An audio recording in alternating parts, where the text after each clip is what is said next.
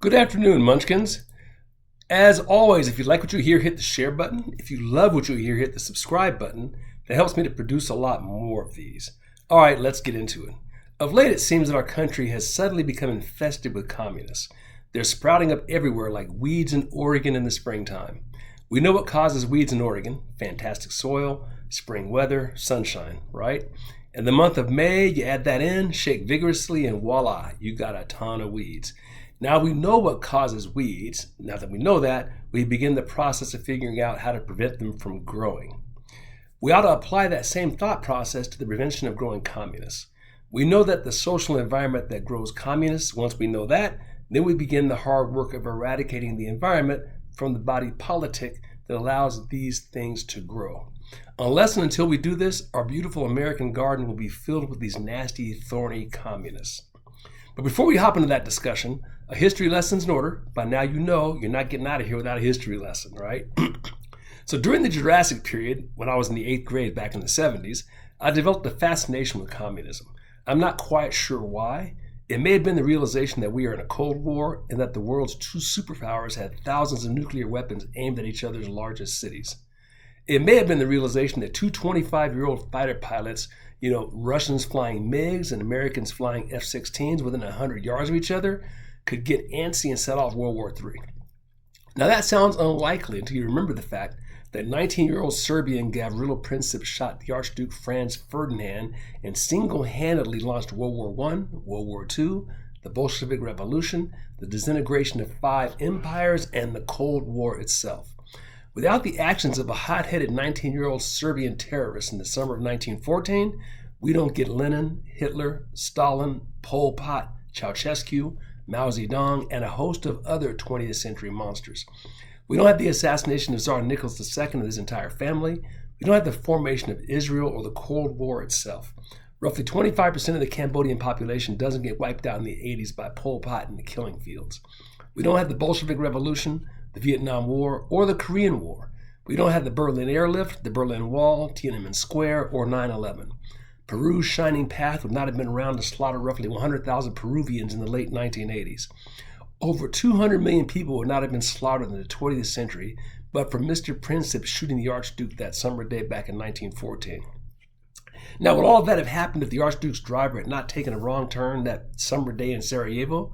Would all that have happened if Princip had not sat down for a cup of coffee 10 yards from where the Archduke's driver stopped to put the car in reverse? Would all of that have happened if Princip had simply missed the shot? At his trial, it was learned that he was the worst shooter of the Black Hand terrorist team assigned to kill the Archduke. But it's hard to miss when you're only 10 feet away. My fascination with communism was not based on the question of the viability of the project. I studied enough history to know that there is something inherently evil with a system of government that can cause over 200 million people to be slaughtered in a single century. Communism has historically proven to be so brutal that our very language has changed to reflect the fact of that. The word democide was developed or coined to describe the results of communism. We have the word homicide to describe the killing of one human being. Genocide describes the killing of a designated group of people. Infanticide describes the killing of babies. Filicide describes the killing of one's own child. Matricide describes the killing of one's mother. Patricide describes the killing of one's father. Communism brings us the newly designated term of democide, which means death by government. Such is the brutality of communism. Yet people still advocate for it. So my current fascination has nothing to do with communism's viability as a project. It has failed too many times for me to believe it can work. My current fascination is around how many smart people could believe in such a historically murderous system of government. I began to wonder if there's any commonality among people who buy into such a thoroughly discredited form of government. So I began to look into the backgrounds of communist leaders and people who buy into communism as an acceptable form of government. As it turns out, they do share a certain commonality in their upbringing. Not all of them share this upbringing, but enough share this background that one can draw some reasonable conclusions. Generally, they never come from the working class they purport to help. They almost always come from the group of overeducated college types who have never worked a physical job in their lives. They often grow up without religion, so they live their lives in search of meaning, and they find that meaning in attempting to reorder the world to fit their liking with communism. It seems that a mixture of youth, narcissism, a radical university education, and a lack of Christianity is a dangerous potion indeed. So this is my theory. Let's walk through the backgrounds of a number of notable communist figures to see if the evidence supports my theory. So Vladimir Lenin's father was a high-ranking official within the Russian educational system. Karl Marx's father was a successful lawyer. Pol Pot's family owned 50 acres of rice paddies in Cambodia. His father was a wealthy farmer with political connections. Che Guevara's father was an engineer. Fidel Castro's father was a wealthy Spanish sugarcane farmer, and Mao Zedong's father was a successful farmer. Not one of these monsters ever worked with their hands for a living. Every one of them grew up living on the largesse of their wealthy, hard-working parents. Every one of them spent time at a university. Albania's Enver Hoxha grew up in a merchant family and studied at the University of Montpellier in France. He also spent time in Brussels, where he worked at the Albanian consulate and studied law. Russian communist Leon Trotsky's father was a prosperous farmer, and his mother came from an educated background as well. Venezuela's Hugo Chavez's parents were both school teachers. Friedrich Engels was Marx's partner, and his father was a wealthy textile manufacturer. Chile's Salvador Allende's dad was a lawyer. Our homegrown communists all seem to hail from similar backgrounds. Let's take a brief look at some prominent American-made socialists and communists. A good place to start would be with the Weatherman Underground. The Weatherman Underground was an American-made 1960s leftist terrorist outfit. Here's a short list of its leaders and a brief outline of their backgrounds. Bill Sayers was basically the founder of this outfit. He grew up in Chicago, a suburb of Chicago, the son of a former CEO of Commonwealth Edison. He attended public schools until his second year in high school, then transferred to an academy, Lake Forest Academy, a small prep school. He earned a Bachelor of Arts in American Studies from the University of Michigan in '68. He was apparently struck by the call to not stand still and to act on his moral conviction to destroy the country that made it possible for his dad to become CEO of one of the largest companies in the country, and for him to never get his hands dirty while living large at prep school and at the university. You can't make this stuff up. Bernadine Dorn. She was born in Chicago to Bernadine Ornstein and Dorothy Soderberg. She grew up in Whitefish Bay, an middle-class Milwaukee neighborhood where she was a cheerleader, treasurer of the Modern Dance Club, National Honor Society member, and editor of the school newspaper. Of course, her harsh background, slaving away as treasurer of the Modern Dance Club, positioned her to know what's best for Black inner-city class kids and people, and for rural unemployed whites in Appalachia. She attended Miami University for 1 year before transferring to the University of Chicago, where she earned a BA in political science and a law degree from the University of Chicago in '67. While at law school, she became active in civil rights work, organizing for Martin Luther King, and serving as the first law student organizer for the National Lawyers Guild. Now, if you were outlining the perfect commie academic background, it would match that of Ms. Dorn. 2 degrees from the University of Chicago, both of them in fields that are heavily populated by progressives, law and political science. Then I'd be remiss if I didn't give a shout out to the Symbionese Liberation Army, or the SLA. The SLA was founded at the University of Cal Berkeley. Where else? The founders included Patricia Soltysik, Nancy Lane Perry, and Donald DeFries. The SLA may be the most interesting American leftist group that emerged in the 70s, and that, my friends, is really saying something. The SLA began as a group of well-off white students at UC Berkeley. These students participated in a university-sponsored prison outreach program organized by the Black Cultural Association at Vacaville Prison. The objective of the association, wait till you hear this, the objective of the association was to educate Black inmates on political and social theory. Folks, you can't make it up. Patricia Soltysik and Nancy Lane Perry were the ringleaders of this project. Patricia's dad was a pharmacist, and she grew up in middle-class Goleta, California. She became radicalized while attending UC Berkeley. Nancy Perry's family owned and operated the furniture dealership in San Francisco. She also became radicalized while attending UC Berkeley, then following college with a stint as a topless blackjack dealer. Given the reputation of UC Berkeley, topless black dancing while blackjack dealing may have been a field of study. Maybe it was a dual degree program, but I digress. Donald DeFries was a Black inmate with an extensive criminal background. He met up with Soltysik and got educated on political and social theory by her, and the rest, as they say, is history. The SLA dominated the news cycle in the mid-'70s. I mean, as a kid, I remember this being on TV and the news all the time, with a number of crimes to include the assassination of an Oakland school superintendent, the kidnapping of newspaper heiress Patty Hearst, and the execution of numerous bank robberies and attempted bombings that they used to finance their American Makeover project. As you might guess, the end wasn't great for the SLA. They went out in a hail of gunfire in a manner reminiscent of Bonnie and Clyde. DeFries, Ling, Soltysik, and 3 other SLA members lost a gunfight with the LAPD from inside their safe house. Sadly, Soltysik was killed on her 24th birthday. I repeat, the mixture of youth, narcissism, a radical university education, and a lack of Christianity is a dangerous potion indeed. My research wouldn't be complete if I didn't add the Julius and Ethel Rosenberg couple to this discussion. So Julius and Ethel Rosenberg were the last Americans to be executed for treason. They were executed for treason at Sing Sing prison back in '53. They were found guilty of passing along secrets from the Manhattan Project to the Soviet Union. If you'll recall, the Manhattan Project was a top secret program initiated by the United States to develop the atomic bomb. The Soviets were able to detonate an atomic device in August of 1949. Intelligence sources estimated that this was 3 to 4 years earlier than they should have been able to accomplish that feat. It was determined that the only way the Soviets could have detonated the device that early was through espionage. Subsequent investigation led to the arrest, investigation, trial, conviction, and execution of the Rosenbergs.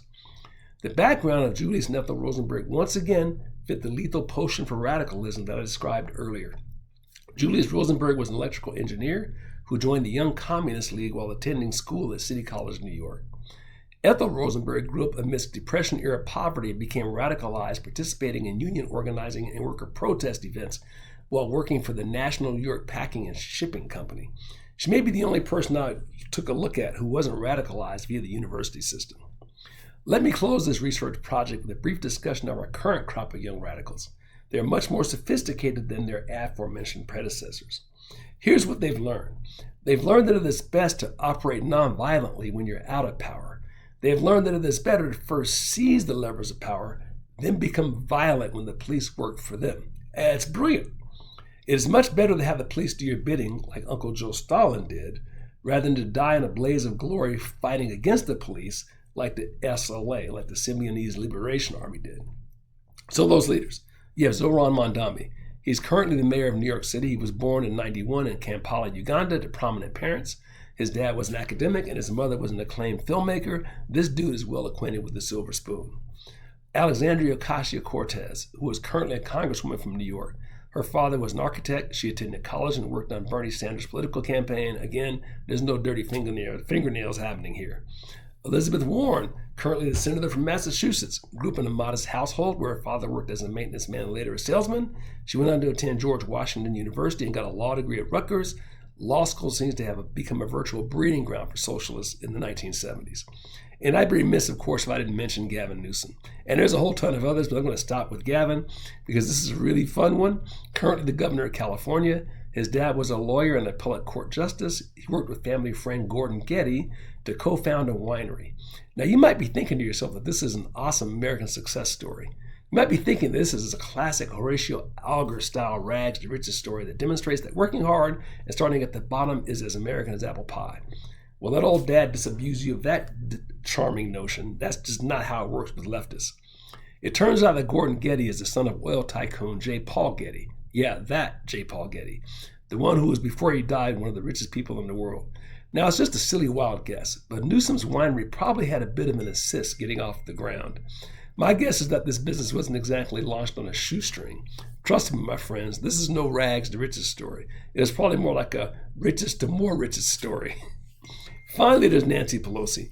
Her dad was U.S. Congressman and mayor of Baltimore. She graduated with a degree, of course, in what else? Political science from Trinity College in D.C. Memo to kids, don't let your kids go to college. If they do go to college, don't let them major in political science or law. Now that we know the climate and soil that grows the weeds in our body politic, we begin the hard work of weed eradication and weed prevention. Voting is the eradication part. That is really the easy part. It's easy to pull weeds once they've made themselves visible above the soil. The hard work is in the weed prevention effort. This involves killing the weeds while they are visible beneath the soil. It involves pulling them out by the roots and eliminating the soil in conditions where they flourish. The key components of the weed eradication effort begins with the university system. I'm not suggesting eliminating the university system. I am suggesting separating the funding of the university from the public coffers. If people want to attend Camp Kami, they ought to pay for it on their own dime, and not on the dime of some machinist whose children won't be attending Camp Kami.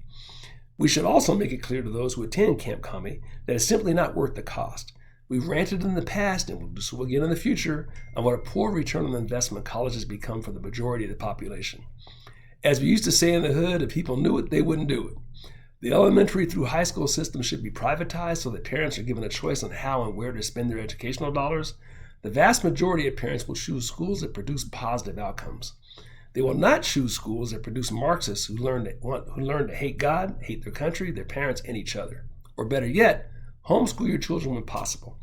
If you want the job done right, this is one of those times when you probably better do it yourself. Finally, the body politic will need to return to church. Church is where virtue is taught, families where virtue is instilled. It's difficult to practice narcissism when you realize that there is something greater than self. Pride leads to the desire for power, envy, and narcissism. Envy and narcissism leads to anger. Anger leads to violence, and violence leads to communism. The thinking of the communists is that someone else has something that they deserve, and therefore they have the right to take it. That is the guiding principle that drives communists. Let me summarize. We need to eliminate the immediate threat by voting communists out of office. Eliminate the longer-term threat by supporting school choice initiatives, working to defund the university system, ensure that your children are steeped in Christianity, and most importantly of all, keep your kids out of the university system, except for under very narrow circumstances. If you do that, you'll prevent your family from becoming communized. If enough of us do this, your grandchildren will have a shot at having what you've enjoyed during your first 25 years on the planet, and what I've enjoyed for 6 decades on the planet. And that something is what we've come to call freedom. Peace out. Quick PS before I leave though. It's really amazing that people don't know the name Gavrilo Princip. You really ought to look this guy up. After Judas Iscariot, he has to be the most consequential assassin in world history. We know Brutus, the assassin of Caesar. We know John Wilkes Booth, the assassin of Abraham Lincoln. We know Sirhan Sirhan, the assassin of RFK. And we know Lee Harvey Oswald, the alleged assassin of JFK, although no thinking person really believes that he did that by himself. Yes, those assassins were consequential, but nothing like the impact of Princip's assassination of Archduke Franz Ferdinand and his wife that hot summer day in Sarajevo in 1914. A fascinating story. So, peace out again, everybody. As they say, ciao.